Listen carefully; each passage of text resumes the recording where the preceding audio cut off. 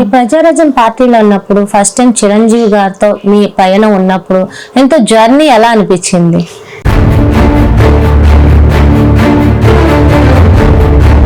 కాపు కమ్యూనిటీకి గుంటూరు జిల్లాలో స్థానం ఎట్లా ఉంది? ఆర్థికంగా కొద్దిగా వెనకబడి ఉందా.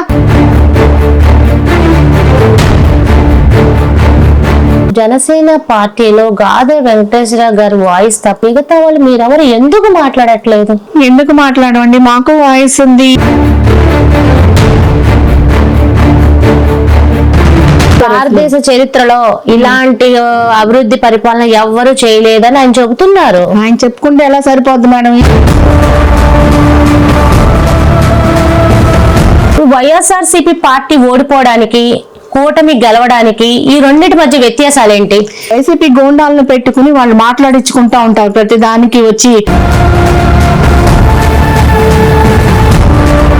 జనసేన అసలు ఈ పేరు వింటేనే ఫైర్ బ్రాండ్. ఈ పార్టీ పేరు వింటేనే ఎందుకు పవన్ కళ్యాణ్ గారు ఏదైనా ముక్కుసీటి మనిషి ఓపెన్ గా మాట్లాడేస్తారు, అన్ని దాచుకోవడాలు గాని ఇంకోలాగా చేయడం గాని ఇలాంటి రాజకీయం తెలియని వ్యక్తి అని పేరు. అయితే కాపు కమ్యూనిటీ సంబంధించింది ఎక్కువగా జనసేన పార్టీకి కూడా కాపులుగా అనేది పేరు కూడా ఉంది. అయినా కానీ దానికి అతీతంగా ఈ రోజున జనసేన పార్టీ ఈ రోజున కూటమి ప్రభుత్వంలో చూసుకుంటే ఈ రోజున పవన్ కళ్యాణ్ గారు ప్రత్యేక స్థానాన్ని, ప్రత్యేక గుర్తింపుతో బాబు గారికి సపోర్ట్ గా ఉండి ఈ రోజు కూటమి విజయంలో కూడా తన చెయ్యి కూడా ఉండే స్థాయికి ఈ రోజున తెచ్చుకున్నారు జనసేన పార్టీ అధినేత పవన్ కళ్యాణ్ గారు. అయితే ఈ పార్టీ ఇప్పుడు ప్రస్తుతం గుంటూరు జిల్లాలో ఉన్న ఈ పార్టీ నాయకులు అంటే కార్పొరేటర్స్, వైస్ ప్రెసిడెంట్, పార్టీలో ఉన్న వాళ్ళు అసలు ఎవరెవరు ఎక్కడ ఉన్నారు, అసలు పార్టీ ఎలా ముందుకు వెళ్తుంది, గుర్తింపు ఉందా లేదా, నెక్స్ట్ ఏ విషయాలు అంటే ఏ పదవికి పోటీ చేయబోతున్నారు, ఎందుకు సైలెంట్ గా ఉన్నారు, మరి సొంత పార్టీలోనే సైలెంట్ గా ఉంచుతున్నారా, లేకపోతే అసలు ఉండాల్సిన సమయం వచ్చింది కానీ ఉంటాము, మా వర్క్ మేము చేసుకుంటున్నాం అంటున్నారు. ఏదో చాలా విషయాలు ఇక్కడ మనం మాట్లాడుకోవాల్సింది. మరి ఆ కోణంలో చూసుకుంటే బిట్రకుంట మల్లిక గారు ఎందుకంటే గతంలో 2019లో వైఎస్ఆర్సీపీ పార్టీతో కార్పొరేటర్ గా పోటీ చేసి అతి తక్కువ ఓట్ల సంఖ్యతో ఏంటంటే దాంట్లో గెలుపు లేకుండా ఓటమి పాలవడం జరిగింది. అయినా సరే ఎక్కడ కూడా వెనక అడుగు వేయకుండా పార్టీని, జనసేన పార్టీ గుర్తింపు ఉండేలాగా 2019 నుంచి ఇప్పటి వరకు కూడా పార్టీకి సేవలు ప్రజలకు చేస్తూనే ఉండి కూడా ఈ రోజున అప్పటి వైసీపీ చేయలేని పనులు కూడా ఉండి కూడా చేసి ఈ గ్రౌండ్ లో అయితే చేశారు. మాకు తెలిసిన వర్క్ మాత్రం ఇప్పటి వరకు ఇది. మరి మల్లికా గారితో ఈ రోజు ఒకసారి మనం మాట్లాడుకుందాం. 56వ వార్డులో మల్లికా గారి స్థానం ఏంటి, అసలు పొలిటికల్ గా ఎంతవరకు ఉంది, ఎంతవరకు ముందుకు వెళ్తున్నారు, కమ్యూనిటీ పరంగా, రాజకీయ పరంగా అడిగి తెలుసుకుందాం. నమస్తే అండి. నమస్తే మేడం. చాలా బ్రీఫ్ గా ఇవ్వాల్సి వచ్చింది, తప్పడం లేదు. ఎందుకంటే నేను మిమ్మల్ని, నాకు తెలిసినప్పుడు ఒకప్పుడు నేను 2021లో మిమ్మల్ని ఇంటర్వ్యూ చేశా, ఇప్పుడు పదవి పడుతున్నప్పుడు. అప్పుడు ఆ పాయింట్ లో మనం మాట్లాడుకునేవే గానీ గతంలో కొన్ని మనం ఆఫ్ ద రికార్డ్ మాట్లాడుకుని చాలా డిస్కషన్స్ ఉన్నాయి. అవన్నీ నేను గుర్తించుకొని నేను మాట్లాడుతున్నాను. మనం పొలిటికల్ గా వెళ్ళబోయే ముందు అసలు కాపు కమ్యూనిటీలో మీ గుర్తింపు ఏంటి? ఈ 2007 నుంచి ఉన్నారు, అది ఏంటి గుర్తింపు ఏంటి? అంటే కమ్యూనిటీ అని నేను బయటికి రాలేదు మేడం. ఆ రోజు ప్రజారాజ్యం పార్టీ చిరంజీవి గారు పెట్టారు కాబట్టి చిరంజీవి గారి కోసం నా కుటుంబం మొత్తం కూడా చిరంజీవి గారు అంటే చాలా ఇష్టం అండి. అందుకని ఫ్యామిలీ సపోర్ట్ చేసి నన్ను పంపించారు. అప్పుడైతే నాకు రాజకీయ ఓనమాలేమీ తెలియదు. మా గురువు గారు, నా రాజకీయ గురువు చిరంజీవి అన్నయ్య, ఆయన కోసమే మేము బయటకు వచ్చాము. కాకపోతే ఆ కమ్యూనిటీ నుంచి బయటకు వచ్చాం కాబట్టి అప్పట్లో మహిళలు కూడా అసలు ఎక్కువ రాలేదండి. చాలా తక్కువ మంది, వేళ్లతో లెక్కేసినంత మంది, ఒక 5-6 మందిని సిటీ మొత్తం మీద ఉండేవాళ్ళం అండి. ప్రజారాజ్యం పార్టీలో ఉన్నప్పుడు ఫస్ట్ టైం చిరంజీవి గారితో మీ పయనం ఉన్నప్పుడు ఎంతో జర్నీ ఎలా అనిపించింది?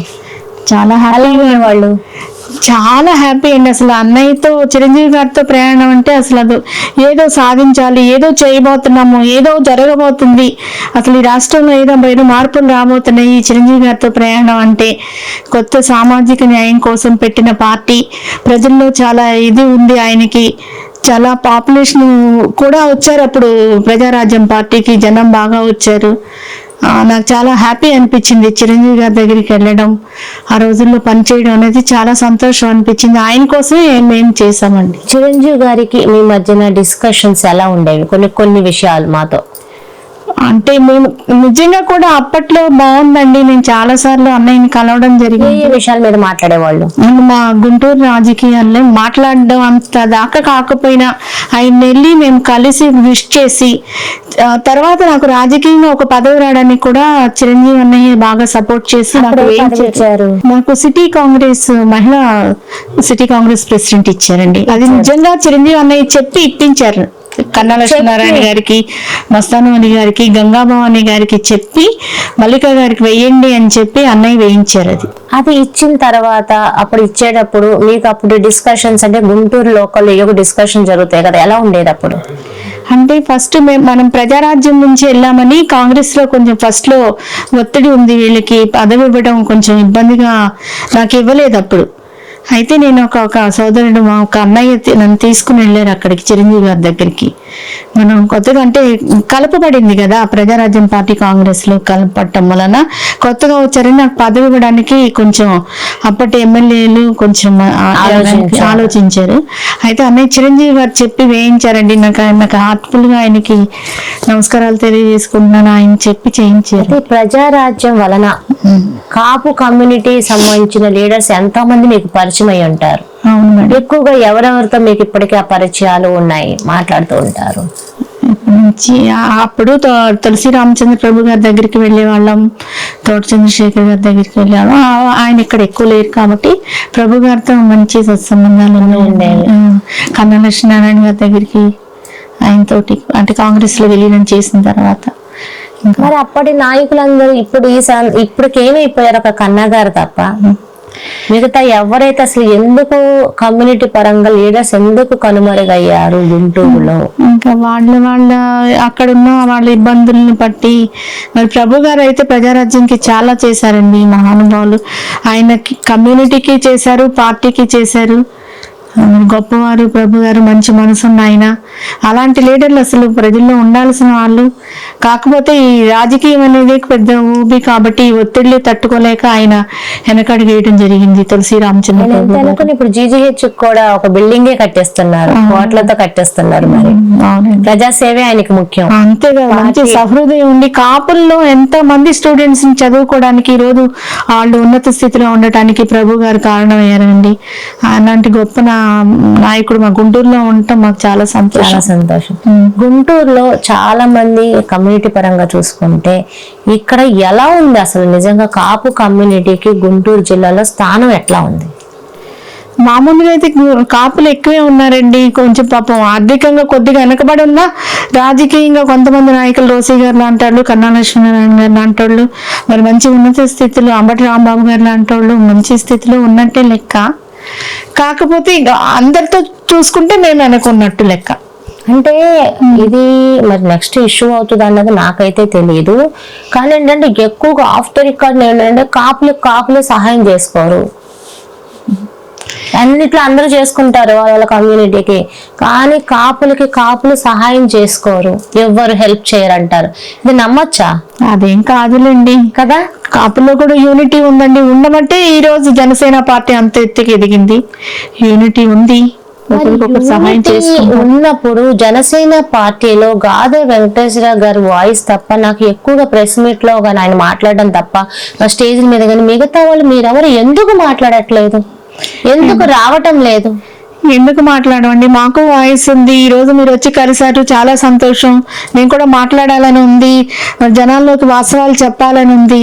ఎందుకు రామండి? వస్తాము, అదేం లేదు. మరి ఆ ప్రోటోకాల్ కూడా పాటించి నాయకులు పిలిస్తే చాలా బాగుంటది.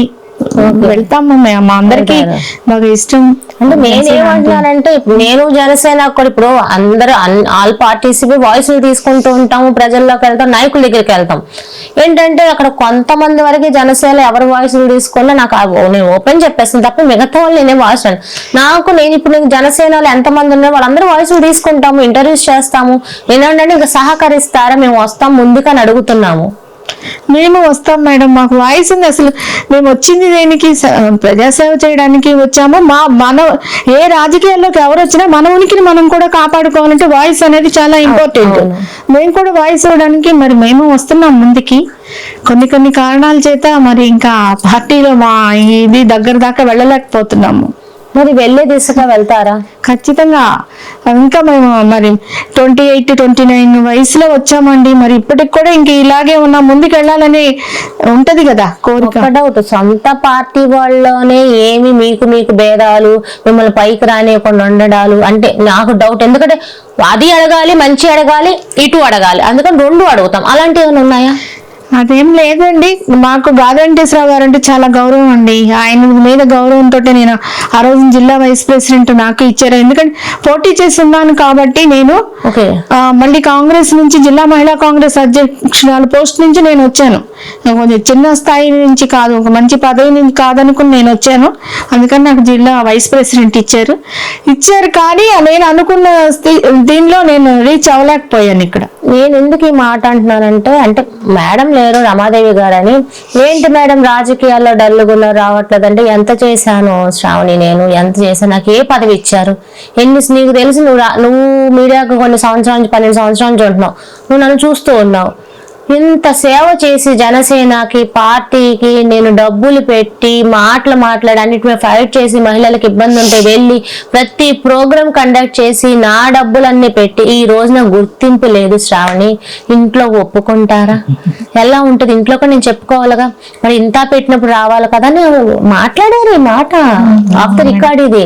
అందుకని నేనేమంటే మీకు కూడా అలాగే అని ఇబ్బంది ఉంటుందని ఆ విధంగా నేను అడుగుతున్నా. నేను ఇబ్బంది అంటే మేడం, మరి మహిళలు బయటకు వచ్చినప్పుడు ఒక గుర్తింపు ఉంటేనే కదా అండి. ఇంట్లో భర్త అయినా బిడ్డలైనా, నువ్వు ఇన్ని సంవత్సరాల నుంచి వెళ్తున్నావు, ఏం సాధించావు అసలు? కనీసం గుర్తింపు ఉందా? నువ్వు ₹1 ఖర్చు పెట్టుకుంటున్నావు ఇంట్లో నుంచి తీసుకెళ్ళి, నీకు సరైన గుర్తింపు ఏది అని చెప్పి ముందు బిడ్డలు అడుగుతారండి. అసలు మనం కన్న బిడ్డలకు ఒక ఆన్సర్ చేసుకోవాలంటే ఒక మంచి పొజిషన్ లో ఉంటేనే కదా తల్లిగా మనం వాళ్ళకి సమాధానం చెప్పుకోగలిగేది. దానికి ఒక్కొక్కసారి బాధ అనిపిస్తుంది బాగా, నా బిడ్డలకు నేను ఆన్సర్ చేసుకోలేకపోతున్నాను. మరి మా వార్డులో పోటీ చేస్తే గెలిపించలేకపోయారు. కమ్యూనిటీ ఉండటానికి ఉంది, ఆ రోజు పరిస్థితులతో వాళ్ళు గెలిపించలేకపోయారు. ఇదే నా పాప అడుగుద్ది నన్ను, నువ్వు మరి వార్డులో పోటీ చేసావు, కాపు కమ్యూనిటీ అని మనం ముందుకెళ్ళాము, మరి నీకు వాళ్ళు ఓట్లు వేయలేదు, అన్నయ్య మీద కూడా నీకు అదే వాళ్ళందరూ అన్నయ్యని చూసైనా వేయాలి కదా జనసేన పార్టీ అంటే, నీకు ఓట్లు వేయలేదు, మనం ఓడిపోయామా అని కొంచెం బాధ వ్యక్తం చేస్తారు.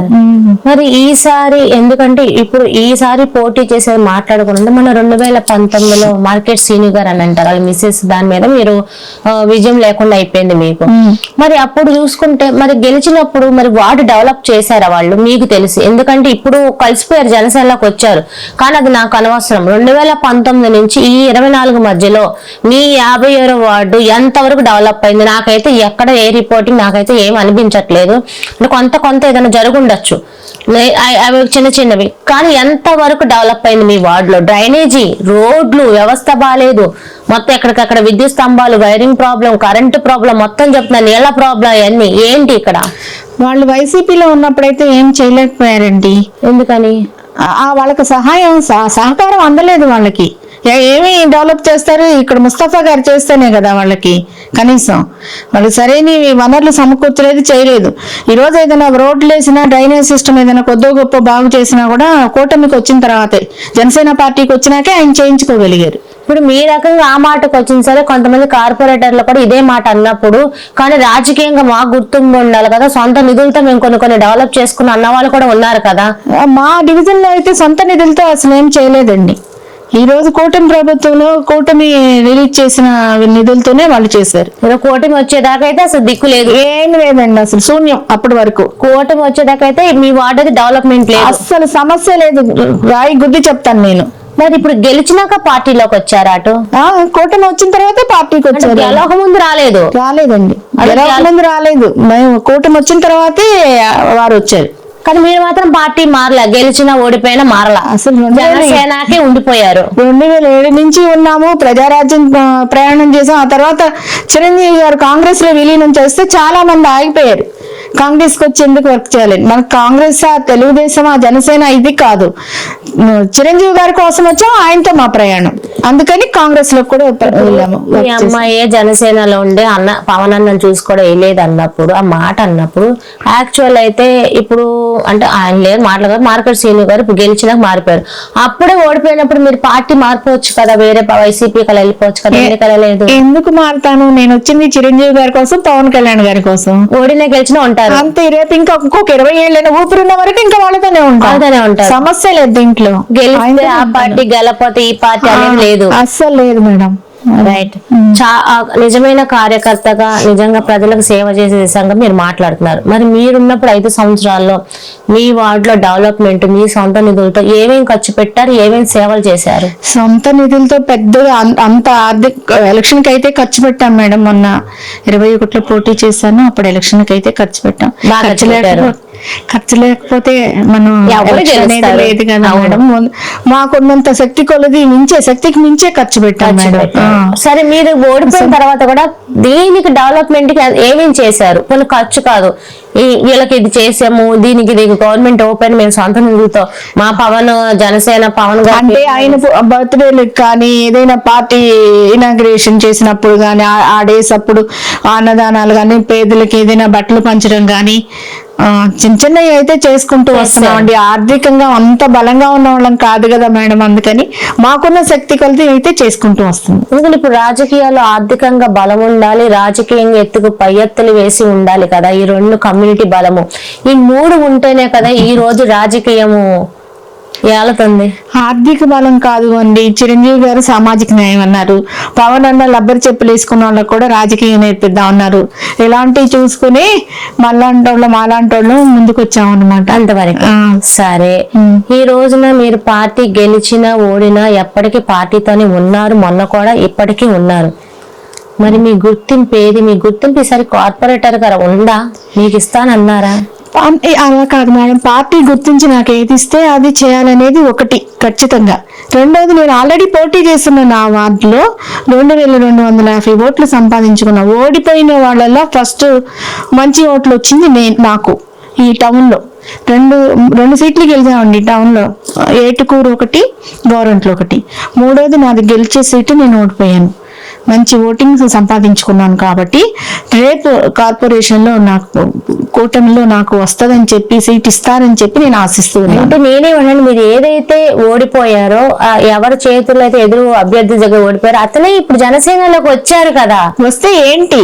నేను అదే అడుగుతున్నా, టైప్ అయింది కదా ఇక్కడ. అవనివ్వండి మేడం, ఫస్ట్ కష్టకాలంలో జెండా పట్టుకుంది నేను, వార్డు నాది, ఓట్లు నాయి, సీటు నాదే రేపు, అంతే ఖచ్చితంగా పక్కా. ఎందుకు అంత కాన్ఫిడెంట్ ఉన్నారు? అంతే మేడం, మరి కష్టకాలంలో నిలబడ్డాను. ఇన్ని సంవత్సరాల నుంచి అన్నయ్యతో ప్రయాణం చేస్తున్నాను, ఖచ్చితంగా నాయకులందరూ కూడా గుర్తిస్తారని నేను ఆశిస్తున్నాను. అంటే లోకేష్ గారు, పవన్ కళ్యాణ్ గారు సభల్లో ఒక మాట అంటారు, కష్టకాలంలో ఇప్పుడు వచ్చేసారు చాలా మంది, పార్టీ మారారని వాళ్ళకి ఇచ్చేస్తా అనేది కాదు, కష్టకాలంలో మాకు ఎవరైతే మా వెనక నిజమైన కార్యకర్తగా నిజమైన నాయకుడిగా ఎవరైతే ఉన్నారో ఫస్ట్ వాళ్ళకే గుర్తింపు, తర్వాత అయినా వేరే వాళ్ళకి అనేది అన్నారు. మరి ఇది పాటిస్తారో లేదన్నది అయితే నాకు తెలియదు. మీ విషయంలో మరి మీది కష్టం నిజమైతే మరి చూడాల్సిందే. కష్టం నిజమే మేడం, పాటిస్తారని కూడా నేను ఆశిస్తూ ఉన్నాను. ఎందుకంటే కష్టపడి నిలబడిన వాళ్ళు, అప్పుడు కష్టకాలంలో నిలబడ్డ వాళ్ళకి అన్నయ్య గుర్తింపు ఇవ్వమని పవన్ కళ్యాణ్ గారు చెప్తున్నారు. అదే వాళ్ళ టీం అందరూ స్టేట్ నాయకులు కూడా ఫాలో అవుతారని చెప్పి నేను ఆశిస్తూ ఉన్నాను. టోటల్ మీ వార్డు 50 వార్డులో ఎంత పాపులేషన్ ఉంది, మీకు ఎంత ఓటింగ్ వచ్చింది మొన్న? 11,500 12,000 దాకా ఉంది మేడం ఓటింగ్. ఎంత వచ్చింది మీకు? 2,250 చేశారు. మీ ఎదురు అభ్యర్థికి ఎన్ని ఓట్లు పడ్డాయి? మనకి 3,000 అలా పడ్డాయి.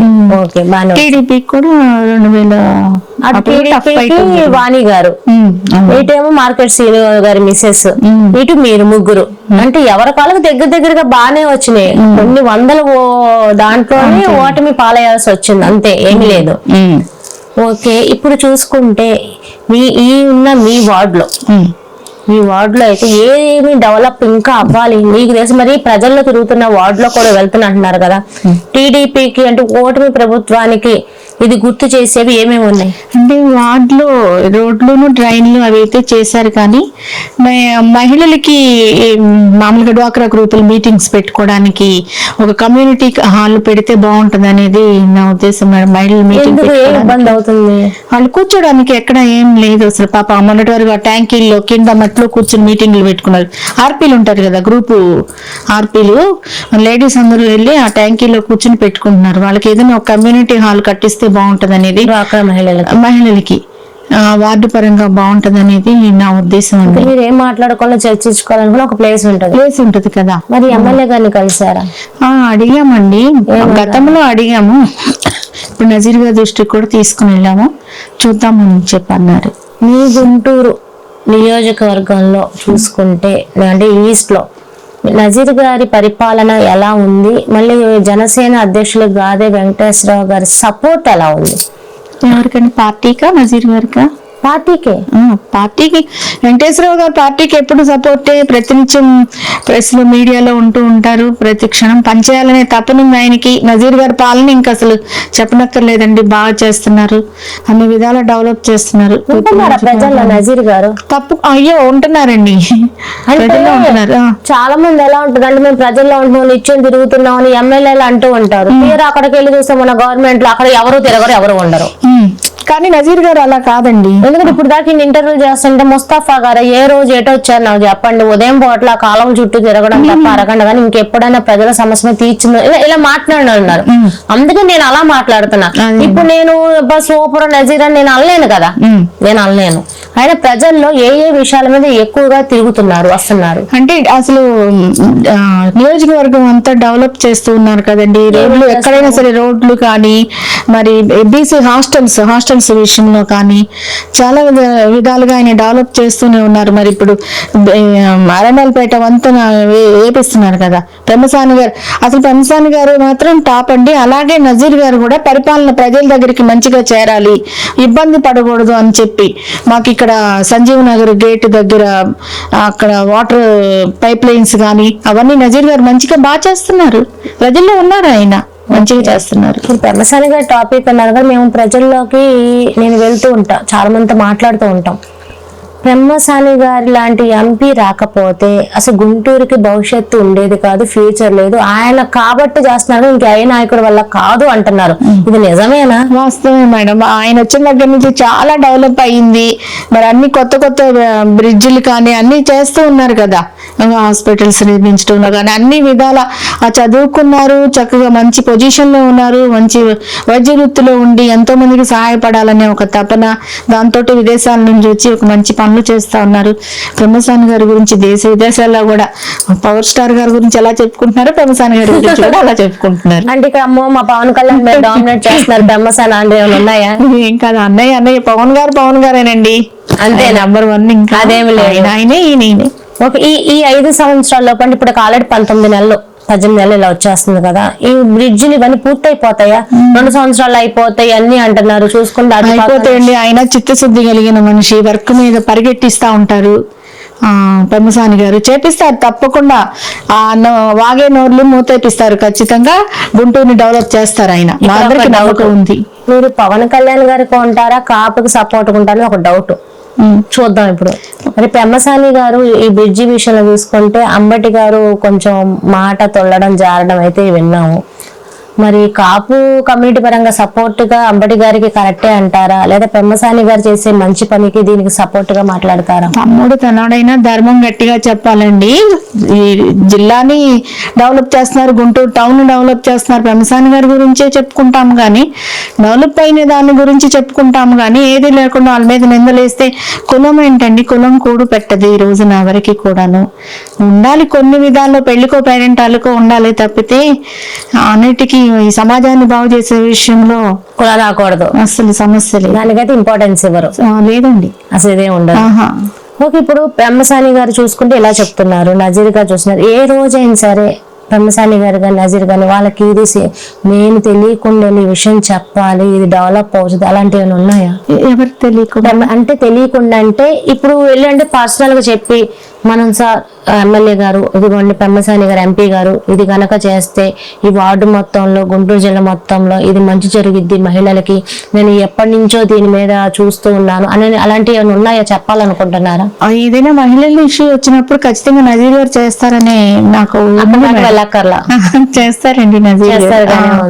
అది జెన్యున్ అయితే అది మనం తీసుకెళ్ళింది మంచి సబ్జెక్ట్, ఈ జెన్యున్ అయితే తప్పకుండా నజీర్ గారు దృష్టి పెడతారండి, చేస్తారు. ఒక డౌట్, నజీర్ గారు అధికారులకి వార్నింగ్ ఇస్తూ చేయకపోతే ఊరుకొని అంటున్నారు, అది మీడియా దృష్టి పడాలని అంటున్నారా లేదా ఆఫ్ ద రికార్డ్ నిజంగానే చేయను ఊరుకోవట్లేదా నజీర్ గారు?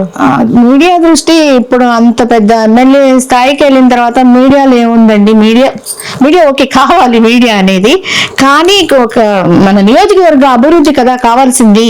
మరి అది బాగుంటేనే కదా పైన మన హైకమాండ్ కి మన రిపోర్ట్ ఏంటి అనేది తెలుస్తుంది. మరి మంచిగా చేపిస్తేనే కదా ప్రజల్లో ఉండేది. మరి కూటమి మొత్తం కలిసి ఆయనకు ఓట్లు వేసాం కదండి, ఆయన కోసమే కదా. మరి గత 5 సంవత్సరాల్లో వైసీపీ గవర్నమెంట్ ఇక్కడ రన్ చేసినప్పుడు ముస్తఫా గారి నేతృత్వంలో ఎలా ఉండేది ఈ గుంటూరు ఈస్ట్? ఆయన తట్టమట్టి ఏమీ వేయలేదు ఎక్కడ. అసలు రోడ్లన్నీ పాడైపోయినాయి, ఏది చూసినా వాటర్ క్యాన్లు పెట్టడం తప్పితే ఇంకేం నాకు ఎక్కడ కనపడలేదు ముస్తఫా గారు చేసిన డెవలప్మెంట్ ఏంటి అనేది. ఏం కనిపిస్తుంది? ఏం చేయలేదు. ఉదయాన్నే మున్సిపాలిటీ వాళ్ళ చుట్టూ అదంతా తిరుగుతూ కాలువల చుట్టూ తిరిగి అన్ని చూసేవాళ్ళంట. కాలువలు వేరు, బ్రిడ్జిలు వేరు, వంతెనలు వేరు, ఇవన్నీ వర్క్ వేరు కదా మేడం. నియోజకవర్గం అభివృద్ధి కోసం ఏం చేశారు? అసలు ఏం చేయలేదు కదండి. కౌన్సిలింగ్ పెట్టినప్పుడు వీటన్నిటి మీద వార్డుకు సంబంధించి డెవలప్మెంట్ గురించి ఏం మాట్లాడలేదు. మా వార్డులకైతే అసలు వాళ్ళు ఏం చేయలేదు మేడం, ఏమి చేయలేదు ఇంత కూడా. మరి ఎప్పుడైనా మాజీ ఎమ్మెల్యే 2 సార్లు ఇక్కడ గుంటూరు ఈస్ట్లో గెలిచిన ఎమ్మెల్యే మీకు ఇప్పుడు కనిపించారా ఈ 18 నెలల్లో? అమ్మాయి వస్తుంది అంటే మామూలుగా ఎప్పుడన్నా కనిపిస్తారా ఆవిడ? ఏదైనా కార్యకర్తలు వాళ్ళ కార్యకర్తలకు ఏదన్నా వాళ్ళ విషయాలు వచ్చినప్పుడు డివిజన్ లో వచ్చి కనిపిస్తారు. మొన్న ఈస్ట్ ఎమ్మెల్యే అభ్యర్థిగా పోటీ చేసి ఓటమి పాలయ్యారు. అలా అన్నట్లు ఇప్పుడు మాజీ ఎమ్మెల్యే, మాజీ మంత్రివర్యులు, మాజీ అనే గారు అయితే ఎక్కడ కంటికి కనబడలేదండి అసలు. ఎక్కడ అంటే అడగడానికైనా అప్పుడు మాజీ ఎమ్మెల్యే ఆయన ఉన్నారు కదా, ఆయన అడగండి అనడానికైనా కనిపించట్లేదా? ఎక్కడ కనిపించలేదు అసలు. అమ్మాయి నూరి ఫాతిమానే అన్ని, మరి ఆమె అదే సిటీ ప్రెసిడెంట్ అనుకుంటా కదా ఆవిడ, అన్ని చోట్ల అవును నూరి ఫాతిమా గారు ప్రధాని స్పందిస్తూ ఉన్నారు, అన్నిటికీ మాట్లాడుతున్నారు. అంటే నిజాలు అబద్ధాలు తర్వాత విషయం, వాస్తవాలు మాట్లాడుతున్నారా, నూరి ఫాతిమా గారు అవాస్తవాలు మాట్లాడుతున్నారు, కానీ ఉనికినైతే చాటుకుంటున్నారు, నేనున్నాను వైసీపీలో ఇక్కడ అని. అది మేడం చూసుకుంటే ఒకవేళ నెక్స్ట్ 2029 ఇప్పుడు మాట్లాడుకోకూడదు, ఒకవేళ గవర్నమెంట్ వైసీపీ నేనే వస్తా, సీఎం నేను చేసినట్టుగా ఎవరు చేయలేరని జగన్మోహన్ రెడ్డి అంటున్నారు. వస్తారా జగన్మోహన్ రెడ్డి? అసలు ఏం చేశారని నేను చేసినట్టు ఏం చేయలేదంటే ఈ రాష్ట్రాన్ని ఏం డెవలప్ చేశారు? భారతదేశ చరిత్రలో ఇలాంటి అభివృద్ధి పరిపాలన ఎవ్వరు చేయలేదని ఆయన చెబుతున్నారు. ఆయన చెప్పుకుంటే ఎలా సరిపోద్ది మేడం, ఈడ్చి కొట్టారు కదా జనాలందరూ కూడా. ప్రజలందరూ ఏం చేశారు? 11 సీట్లకు దించేశారు. ఆయన అసలు మనం ఆలోచిద్దాం మేడం, అసలు ఏ రంగంలో ఏది డెవలప్ చేశారు అసలు ఆయన? ఏది లేదు. మరి నేను ఇచ్చిన పథకాలు నేను ఇచ్చినట్టుగా ఎవ్వరు ఇవ్వలేరు, నేనే ఇచ్చానని చెబుతున్నారు కదా. ఆ పథకాలు పెన్షన్లు వాటికన్నా డబుల్ ఇస్తున్నారు ఇప్పుడు చంద్రబాబు నాయుడు గారు, పవన్ కళ్యాణ్ గారు, అంతకన్నా మంచిగా ఇస్తున్నారు. వైఎస్ఆర్సీపీ పార్టీ ఓడిపోవడానికి, కూటమి గెలవడానికి ఈ రెండింటి మధ్య వ్యత్యాసాలు ఏంటి మేడం? వైసీపీ ఓడిపోవడానికి ఒక సంక్షేమ పథకాలు మాత్రమే చేర్చి ప్రజలకి అప్పుడప్పుడు ఒకటి తీసుకుని, ఒక పథకం తీసుకుని దానికి బటన్ నొక్కడం తప్పితే, ఆయన దిగిపోయే వరకు అది తప్పితే ఇంకేమీ చేయలేదు. సెంట్రల్ గవర్నమెంట్ పథకాలు ఎన్నో వచ్చినాయి, వాటన్నిటిని కూడా ఆయనకి సంబంధించిన సంక్షేమ పథకాలకు మార్చుకున్నాడు తప్పితే ప్రజలకంటూ ఏమీ చేయలేదు ఆయన. అంటే ఆయన గవర్నమెంట్ లో ఉన్న కార్పొరేషన్ లోన్స్ వచ్చినాయి మీ అందరికి? అది కాదు madam, BC corporation, SC corporation, minority corporation, Kapu corporation, ఇవన్నీ కార్పొరేషన్లు ఉన్నాయి, కానీ ఒక లోన్ ఇవ్వలేదు. కార్పొరేషన్ ప్రెసిడెంట్లు అయితే వేసాడు, కానీ దాని నుంచి ఒకళ్ళు లబ్ధి పొందిన వాళ్ళని చూపించమనండి, ఒక్కళ్ళకి కూడా ఇవ్వలేదు. చాలా ప్రజలు హట్ అయ్యారు అసలు ఆయన దీంట్లో. కార్పొరేషన్లు మాత్రం వేసుకుని వాళ్ళకు నేను ఇచ్చాను, అన్ని కార్పొరేషన్లు వేసాను నేను, వాళ్ళకి నేను ప్రతి కులానికి నేను ఒక దారి చూపించానని మాత్రం చెప్పుకోవడానికి తప్పితే ప్రజలకైతే లబ్ధి చేకూరింది ఏం లేదు. మరి ఆయన దాచుకుంది ఎక్కడ? పథకాలు ఇచ్చాడు, డైవర్ట్ చేశాడే అనుకుందాం, కార్పొరేషన్ లో దీని పథకాలు, మరి ఆయన దాచుకున్న సొమ్ము ఎక్కడ ఎక్కడ ఉంది? ఏం చూసుకోలేదు. ఇసుక రీచుల్లో నొక్కేయలేదా? రోడ్లు దాంట్లో కానీ ఎన్ని దాంట్లో ప్రతి దాంట్లో కూడా వాళ్ళు వైసీపీ వాళ్ళు ఎన్ని డబ్బులు తీసేసుకున్నారు. మరి అన్యాయంగా మందు దాంట్లో ఆయన్ని దించారు కదా, మరి జగన్మోహన్ రెడ్డి నాకు సంబంధం లేదు అన్నట్టు ఉన్నారు కదా. జగన్మోహన్ రెడ్డి ప్లాన్ లేకపోతే అసలు ఏమీ లేదు మేడం. ప్రతిదీ ఆయన ప్లాన్ చేసి ఆయన అప్పచెప్తేనే కింద క్యాడర్ అంతా చేసింది. ఆయన తెలియకుండా ఏ ఒక్కటి జరగలేదు. మందు కానీ ఇసుక రీచ్లు కానీ ప్రతిదీ కూడా కుంభకోణాలు చేసుకుని వేల కోట్లు 1,00,000 కోట్లు మింగేశాడు. ఈ రాష్ట్రం మొత్తాన్ని దోచుతున్నాడు. తండ్రి దగ్గర నుంచి ఆయన తింటవే ఆయనకి పరమావధిగా పెట్టుకున్నాడు. రాజశేఖర రెడ్డి గారి దగ్గర నుంచి కూడా అందుకే కదా తండ్రి సవాల్ని రాజకీయం చేసి మరి ఆ రోజు కాంగ్రెస్ పార్టీని పడేసి పక్కకి వెళ్ళిపోయింది. ఎందుకు? రాష్ట్రాన్ని దోచు తినడానికే చేశాడు ఆ పని. ఓకే, ఇప్పుడు కూటమి ప్రభుత్వం చాలా డెవలప్మెంట్స్ చేస్తుంది మేడం. ఎయిర్పోర్ట్లు కడుతుంది. మరి వైజాగ్ ని ఎంతో ఐటీ రంగ పరంగా కూడా గూగుల్ పరంగా కూడా మరి వైజాగ్ ని డెవలప్ చేస్తూ వస్తుంది. అట్లాగే ఇక్కడ రాజధాని మంగళగిరి ఐటీ హబ్ గా చేశారు. అన్ని దేశ విదేశాల్లో కూడా ఈ రోజు మన ఆంధ్ర రాష్ట్రం గురించి మాట్లాడుకునే విధంగా పవన్ కళ్యాణ్ గారు, చంద్రబాబు నాయుడు గారు తీర్చిదిద్దుతూ ఉన్నారు. చాలా డెవలప్ చేస్తారు. పవన్ కళ్యాణ్ గారు అన్నట్టు కొన్ని సంవత్సరాల పాటు ఈ కూటమి నడుస్తుంది. ఇలాగే డెవలప్ అవుతుంది. ఆంధ్ర రాష్ట్రాన్ని మరో హైదరాబాద్ గా తీర్చిదిద్దుతారు. ఇది మాత్రం పక్కా. ఓకే, అంటే వ్యత్యాసం ఇది. మరి జగన్ నెక్స్ట్ వస్తాడు అయితే ఎందుకు వస్తాడండి? వాళ్ళు వైసీపీ గోండాలను పెట్టుకుని వాళ్ళు మాట్లాడించుకుంటా ఉంటారు. ప్రతి దానికి వచ్చి ఏదో ఒకటి పవన్ కళ్యాణ్ గారినో, లోకేష్ గారినో, చంద్రబాబు నాయుడు గారినో, లేకపోతే లోకల్ ఎంపీలను ఇక్కడ మాట్లాడడానికి వాళ్ళు వస్తారు తప్పితే, అదే డబ్బులు తీసుకుని మాట్లాడటం తప్పితే వాళ్ళకే తెలుసు. గుండెల మీద చేసుకుంటే వాళ్ళకి తెలుస్తుంది మనమేమి డెవలప్మెంట్ చేశాము, ఇప్పుడు వాళ్ళు ఏం చేస్తున్నారు అని. ఫైనల్ ఏమంటారు? ఫైనల్ గా కూటమే ఉంటది. పవన్ కళ్యాణ్ గారు ఈ రాష్ట్రం అభివృద్ధి కోసం ఎంతో కృషి చేస్తా ఉన్నారు. పంచాయతీ రాజుని ఆయన చేతిలోకి తీసుకున్నారు. గ్రామ స్థాయి నుంచి ఎంతో డెవలప్ చేస్తున్నారు. ప్రజల గుండెల్లో పవన్ కళ్యాణ్ గారు ఉంటారు.